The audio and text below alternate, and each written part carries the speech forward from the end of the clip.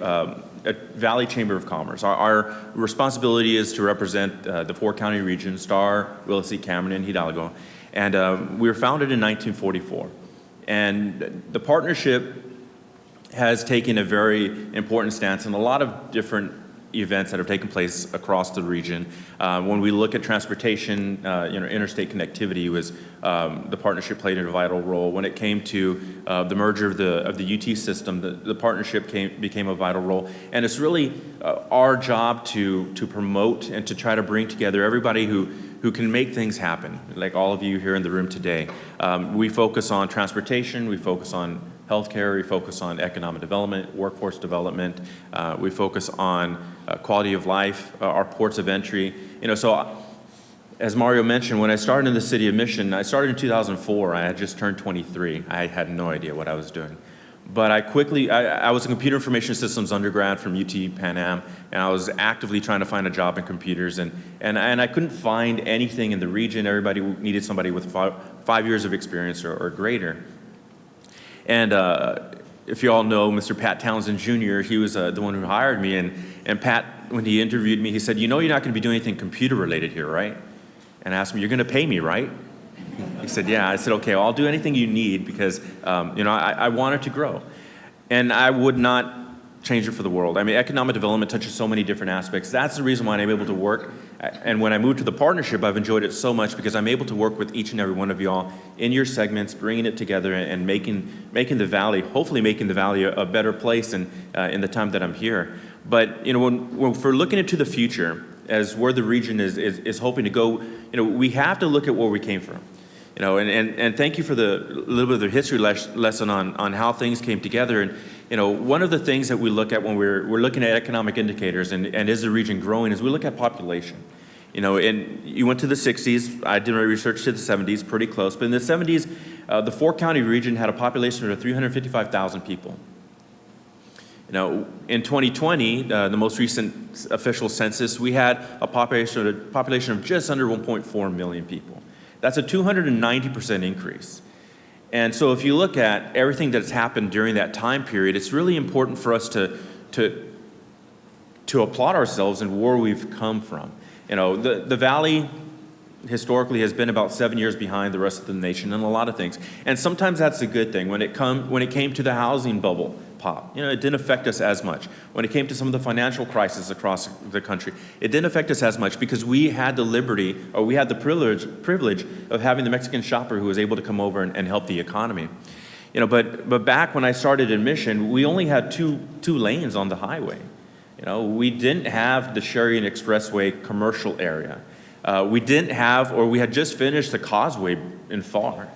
There was a lot of developments that have taken place since the early 2000s that have really put us on the map.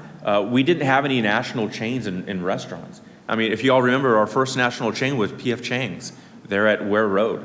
And if you remember, they really underbuilt that location because they really didn't trust our region. When we look at our demographics, our statistics, our demographic output on our paper does not represent what we are as a region, but that's what a lot of the site selectors look at. Undereducated, low income, and so they took a chance. 3 weeks in, they closed up everything, put mini splits, and they said, we need more seating.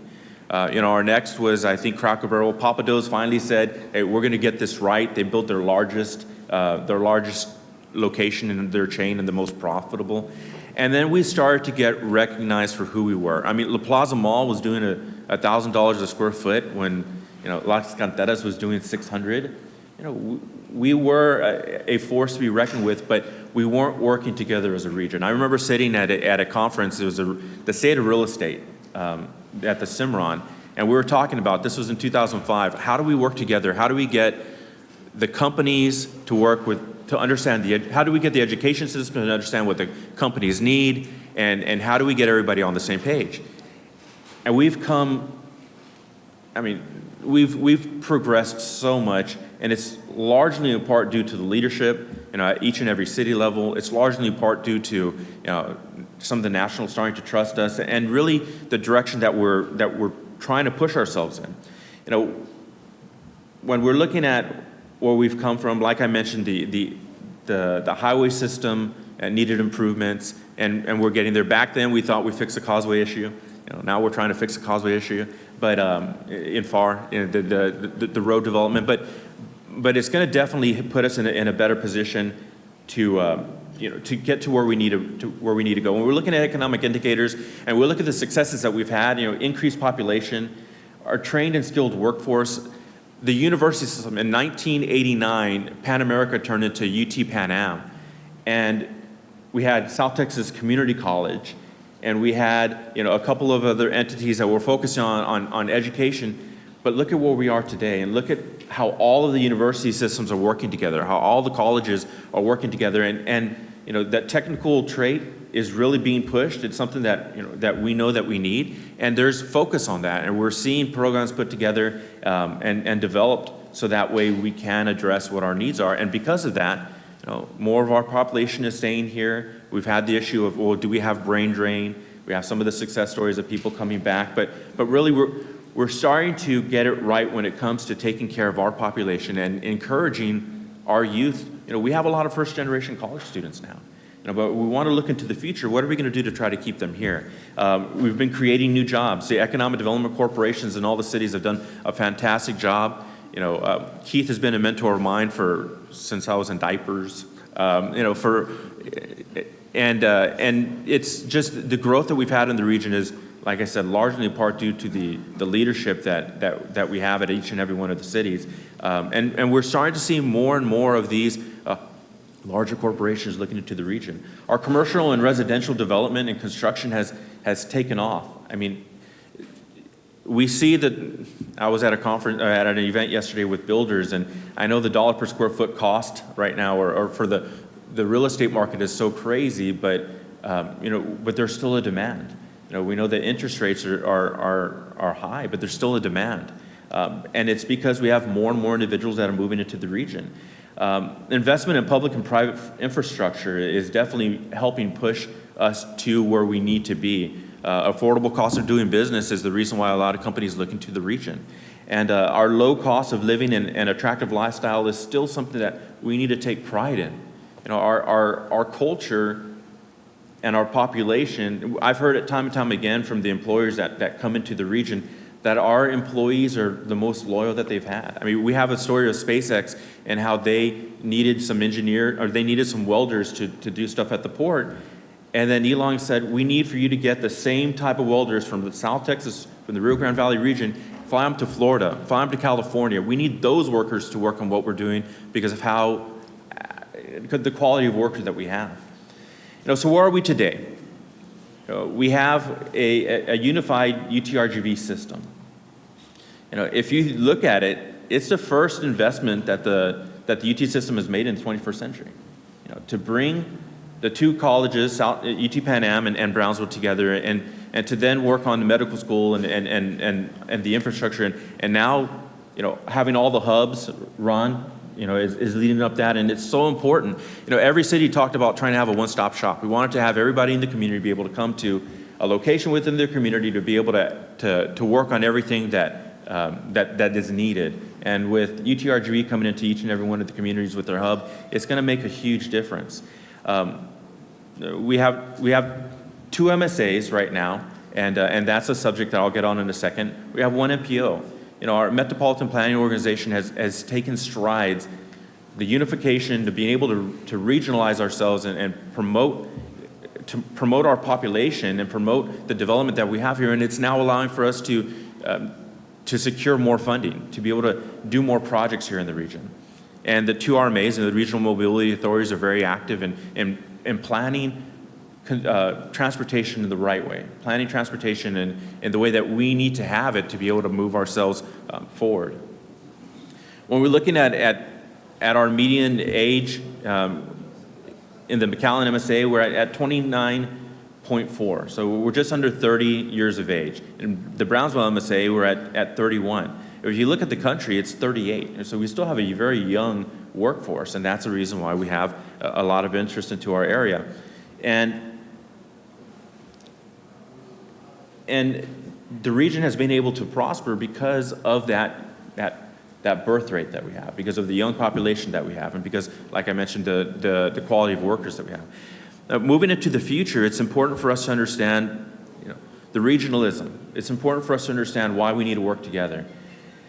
When we're competing against other metros, when we're competing against other areas across the country, they look at our population count.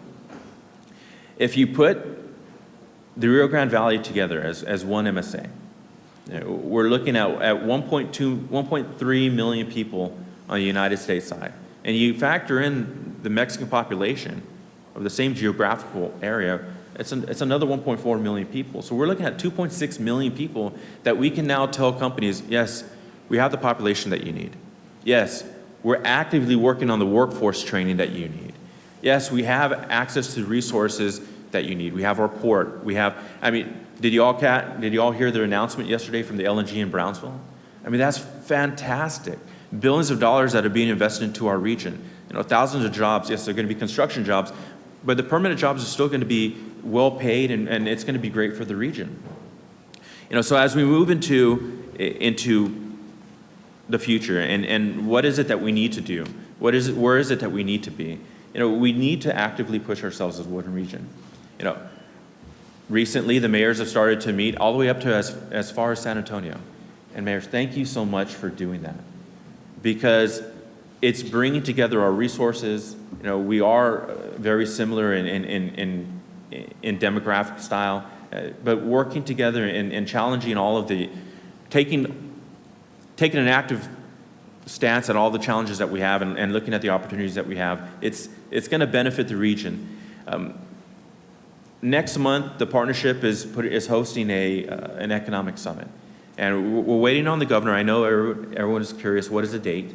It was supposed to be in July, but with a special session, we're pushing out. We're trying to wait on the governor to give us a date, but we're going to have an economic summit, and we're going to make an announcement that the RGV partnership is going to take the active role as the regional marketing entity, the economic development marketing entity for the Rio Grande Valley.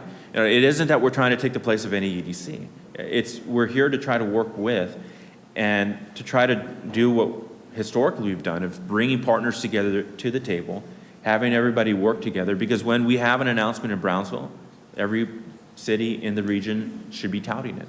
When we have an advancement in Rio Grande City, every city in the region should be touting it. When we have new companies coming to the Port of Brownsville, when we have FAR and the expansion and all the produce that's crossing on their bridges, we should be all touting it. Because the more that we talk about it, the more the country is going to look at us unified as an active force, as really a force to be reckoned with in the sense of economic development and attraction. A critical step is for us to establish a robust foundation with data, with technical resources, and with interactive tools for us to allow for all of our partners to be able to access, to engage in, and to use as they process. And that's one of the goals that we want to accomplish. Making resources available. When you're starting to look at, when you look at the commercial construction across the region, when we look at the smaller cities that are starting to develop industrial parks because there's a need. And when we're starting to see companies come in and have an interest in doing speculative warehousing again, we haven't had that in a long time, and there's definitely a need for it. It's time for us to expand into a multi-sectored approach that brings about partnership and innovation, so we can confront these issues, and we can, that oftentimes they'll overwhelm a single government. By only relying on the government to try to handle these situations, sometimes they go beyond their boundaries. But with all the governments working together, with all of us sitting at the table, we've had 2 planning sessions, and we've had great attendance in all of our mayors, city managers, and EDOs. We want to continue moving in that direction. The announcement will take place in August, and then we're going to actively plan out sub-summits, sub-events, and we're going to take each and every one of our pillars, and we're going to create messaging. We're going to promote the region, promote our healthcare, promote our economic development efforts, promote our workforce training efforts, and continue to move this region forward. So, thank you.